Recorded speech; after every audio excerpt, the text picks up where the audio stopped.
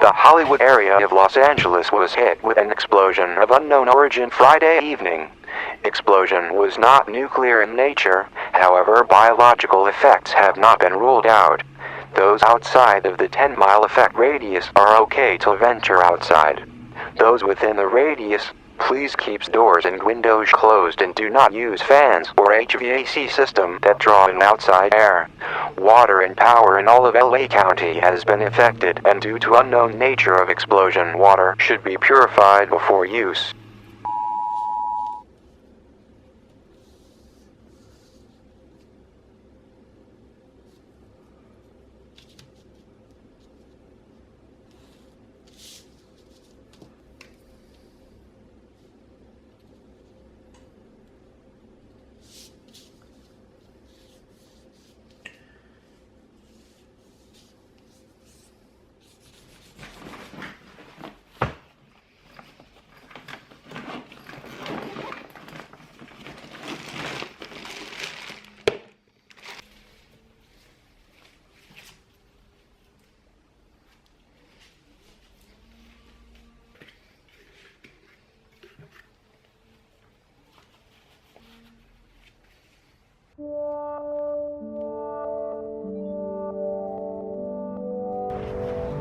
Smith home, all occupants okay. No radios to speak of. They don't have an FRS, GMRS, or ham radio, so make note of that.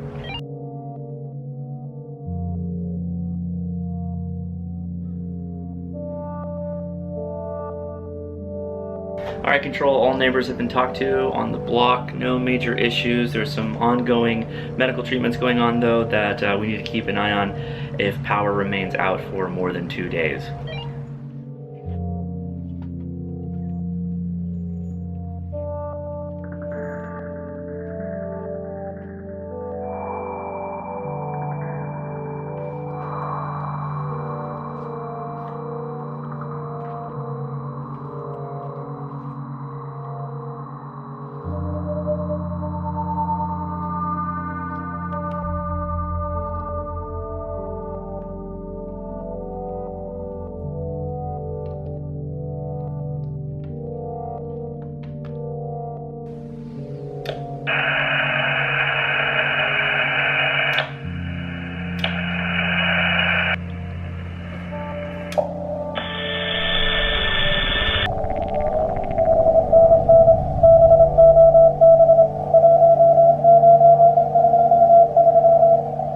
Hey guys, welcome to Emergency Communications Part 2. If you have not seen Part 1, go check it out. I'm doing a mock emergency event. Part 1 was about the day of the emergency and getting reunited with my family unit so that we could plan out and help people going forward as we deal with the disaster. Part 2 is all about the first day through the 10th day. Why that time? Well, most experts, people who do statistics on emergencies, say that you're usually without power and water and your local, even access to fire department, police, public works type stuff for 1 to 10 days. And the reason is simple. All of those things, cell phone connection, all of those things gets broken down, right? Whatever the disaster is, earthquake, hurricane, as we're seeing in Houston and Florida, they all get overloaded. Either there's the disaster literally breaks the the lines in the water, the power lines, etc., or the very first responders that would come help you are themselves also dealing with things where they need first responders because they live in your community. They were affected by the disaster. So 1 to 10 days is about average for a natural disaster. Man-made disaster could be longer depending on how close you were to the vicinity, right? So this is a layered approach, 1 to 10 days. What is the layers of things that you're going to do? The first layer is get all your stuff together and start monitoring. I started out the video using this radio. This is a Texan PL660 AM, FM, shortwave, and airband radio. So this will do your AM, your FM, your shortwave, but it'll also do air, so you can listen to pilots if you're so interested, which can be interesting if you live in the flight path. Not related here because in an emergency, although that could be helpful depending on how close you are to an airport and if supplies or aid relief is coming via the airport, that could be useful. But this primary use for me in an emergency is to monitor the emergency broadcast network, right? It's in the government controls the emergency broadcast network. The governor can send out messages. I believe even the city can send out messages pertaining to the information of the disaster. Now, understand that this is only as good as the information that they are putting out, but at the same time, monitoring this is cheap and easy. It only takes a couple of batteries, and you can leave this thing running all night long until you hear that squawking noise, and then you can perk up and go into action. Now, don't get me wrong, you should be also monitoring your FRS radios, your VHF, UHF, and even your HF radios. But why is this kind of important to use as your starting point? Well, this will give you the level of effort that you're going to need, right? So in the case of an explosion, it was a non-nuclear explosion, a non-biological explosion, or that we know of, and people outside the 10-mile radius were relatively okay. Well, I waited to hear that from my radio and kept my doors and windows sealed and didn't go outside until I got the all clear that it was okay. Now, that's putting a lot of trust in the government, I get that, but at the same time, it gives you a little bit more piece of information so that you can make a calculated risk. Once I knew that there was not nuclear fallout heading my way, or that there wasn't some biological virus agent coming my way, then I said, okay, now I can venture out and I can start taking and assessing what's going on with my neighbors. And to assess what's going on with my neighbors, I use two radios. An FRS, this is a Uniden, the link will be in the description, and this is a Baofeng UV3R. The reason is I think of this as tactical and strategic. I go to my neighbors and I use this radio to talk back to Leia, who's in our quote-unquote command center, where she will record the information of how our neighbors are doing and what potential risks they have. Remember, you're planning out for 1 to 10 days. So that means you need to know what kind of water they have on hand, what kind of food they have on hand, and more importantly, if there's any medical risk. Do they need refrigeration for insulin? Do they need power to run an oxygen system? Whatever, right? There's all kinds of details that all of a sudden 10 days, when you think about it, you're like, I could go 10 days without power and water. Well, yeah, but you might be a healthy individual with a stockpile of some amount of food and some amount of know-how to get by. A lot of people don't, and a lot of the people in your neighborhood might be a bit older and might need a little bit more help when it comes to this kind of stuff. So, FRS radio, you talk to command net, and it's good to have at least 2 people that are operating the command net so that they can record the information, so that you're not sitting there writing everything down. You can quickly just move on. Now, why do I bring the FRS and the Baofeng? These are 2 different radios. They operate on different frequencies. Tactical, strategic. I want to tell everybody in my neighborhood, hey guys, I'm on FRS channel 2. If you need me, pull out your FRS channel. Yeah, you remember that thing that I mentioned months and months ago at our last neighborhood watch meeting or disaster preparedness meeting, or when I was walking my dog and I saw you and I said, hey, you might want to think about getting some radios. Remember that radio that I'm sure you bought off of Amazon that's really inexpensive? Go ahead, pull that out, throw some batteries in it, and if you need me, turn it on, turn to channel 2, call me, wait a couple minutes, try again, call me, wait a couple minutes, try again. If I don't answer in 30 minutes, then maybe send somebody to get me. But odds are I'm monitoring on channel 2. If there's constantly people talking, switch to 4, and if there's people talking there, switch to 6, okay? I'll move to even channels until we find a quiet channel, okay? That's one of the problems with FRS, is that there can be a lot of interference, but I want people to understand and know that I'm willing and listening to try and help. So FRS is easy, it's accessible, it's cheap, anyone can get them, and you can recommend it very easily. So strategy. The Baofeng, this is where I would run my command net frequencies. This is where I would monitor disaster net frequencies. This is where I would call from my small unit out for help to first responders if there was no cell phone network. And that's what we're talking about. Emergency communications in this case is a layered approach to deal with things where you don't have cell phone and you definitely don't have immediate first responder help. So, with all that information, when I've recorded my information on my FRS radio to the command center where Leia has written everything down. So once I've assessed the realities on the ground, taking FRS, calling home, having Leia record it, and also tell people, hey, call me if you need anything. I can then use the VHF, UHF radios to call for help. So I know that in 2 days, one family down the street, they're gonna need a generator.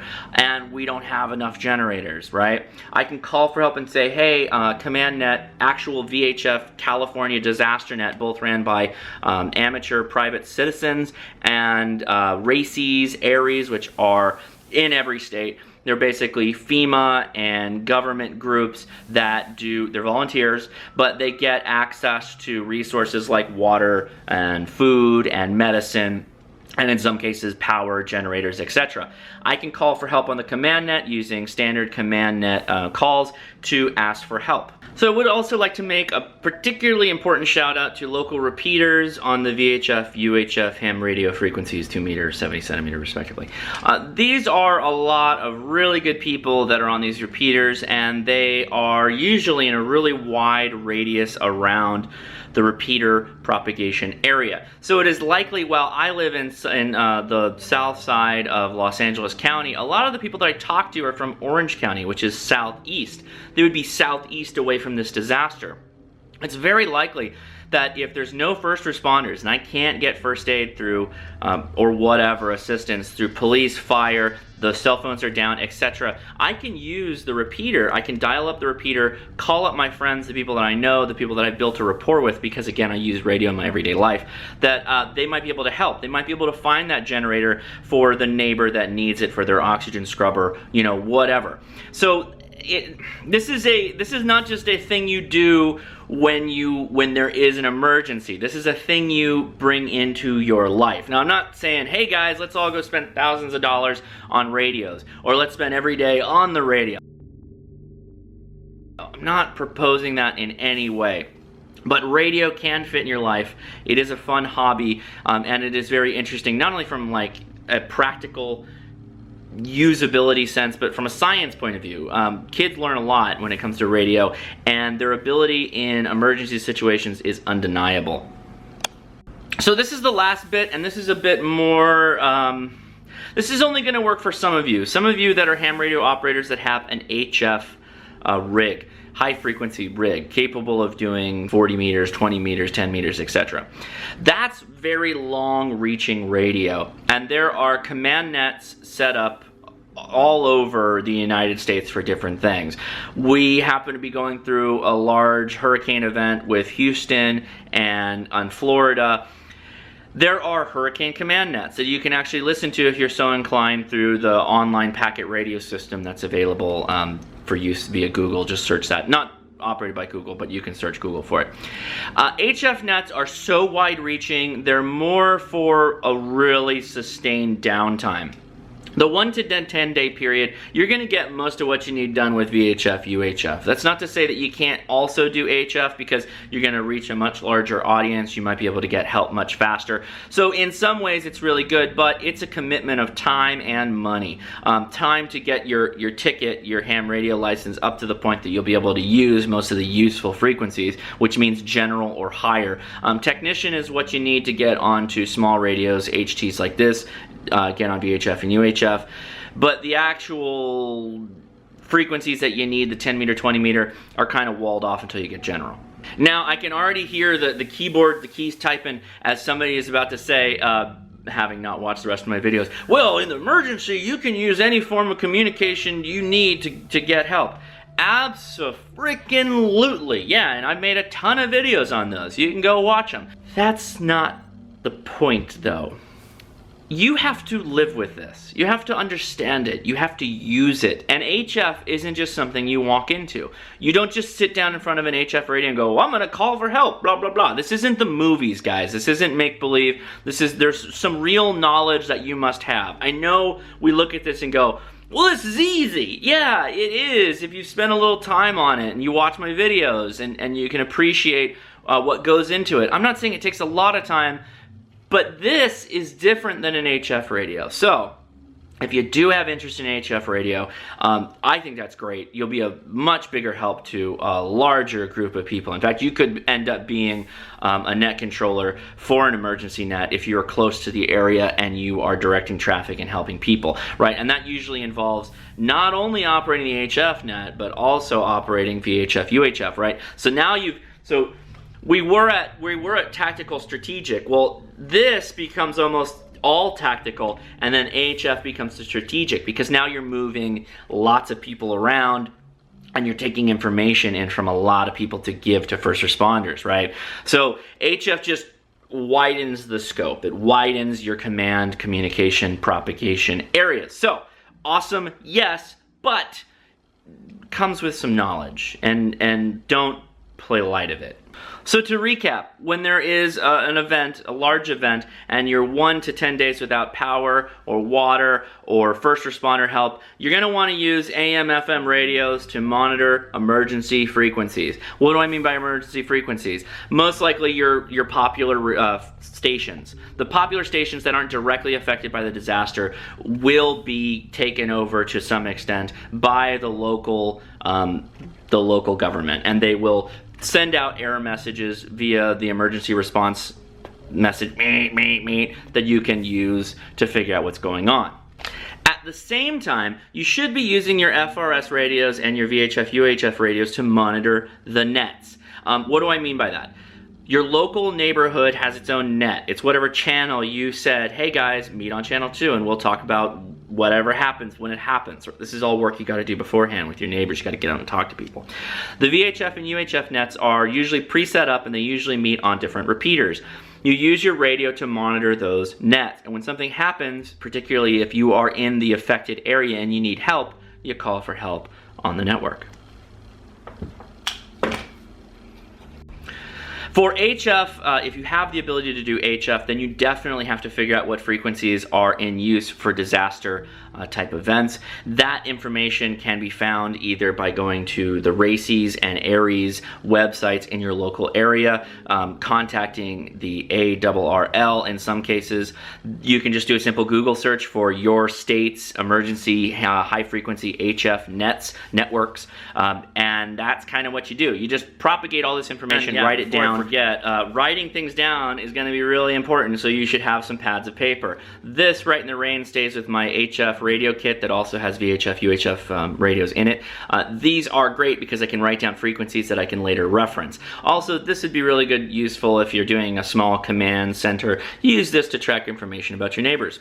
Big shout out to the Right in the Rain Community Emergency Response Team CERT field manual or field operating guide. This thing's really packed with information, and it's all really useful stuff too. So I know we're not covering a lot of these details here, but if you have any desire to get your CERT training or get more involved at the community emergency response level, or just be more prepared and capable to operate with these people in an emergency, you should buy this book and at least flip through it and write down some things. Also, really cool, if you go towards the back here, they've got a nice little radio list here. Now, weather radio is going to be helpful if you're in the area of a hurricane, but if you're already screwed from that hurricane, you're going to want to know what some emergency frequencies are. Now, they talk AM and whatever, that means nothing. Just put in the details of whatever it is. So we have an earthquake net, we have an A and a B and a C earthquake net, and we also have a CAL net for emergencies. I put that information down. Those are both 2-meter nets, and this is a 40-meter net. Right? Good information. And now it's there forever. It's on this impregnated waterproof paper, and this stays in my CERT bag, which you saw earlier, and this stays in my radio bag. I've always got it with me. Guys, I hope you enjoyed the video. If you have any questions, please post them below. I have my Amazon A store, which you can go to down below. There will also be links in the description for all the items that I talked about. If you're looking for something specific, like if you have a specific question or something you don't really get that I glossed over that you'd like to hear more of, please post it in the comments. I actually use a lot of the comments I got from the first emergency video to talk about in this second emergency video. Now, the third video, which is going to kind of put a bow on the emergency comms video so I can go back to the original ham radio crash course videos, is I'm going to talk about my sustainment items, right? So we just talked about the radios, but 1 to 10 days, right? And maybe longer. What do you do for power? How do you stay charged? So that's what we're going to talk about. We're going to talk a little bit about off-grid stuff, generators, and solar, and we're going to talk about interfacing with them, because actually, really important, all these radios have different power plugs, and some use batteries and some don't, and some have to have their own battery that's actually powerful enough to power it up, right? Like my HF rig. All that stuff, you gotta plan ahead. You gotta think about it. So anyway, I hope you are excited about the future video upcoming. Who knows when that'll be, right? But I would love to hear your comments. Give me a thumbs up. If you have not already, please subscribe. Go check out the ham radio crash course videos. And yeah, again, just appreciate you guys watching, and so I can keep doing these. It's really enjoyable. So thanks a lot. Bye.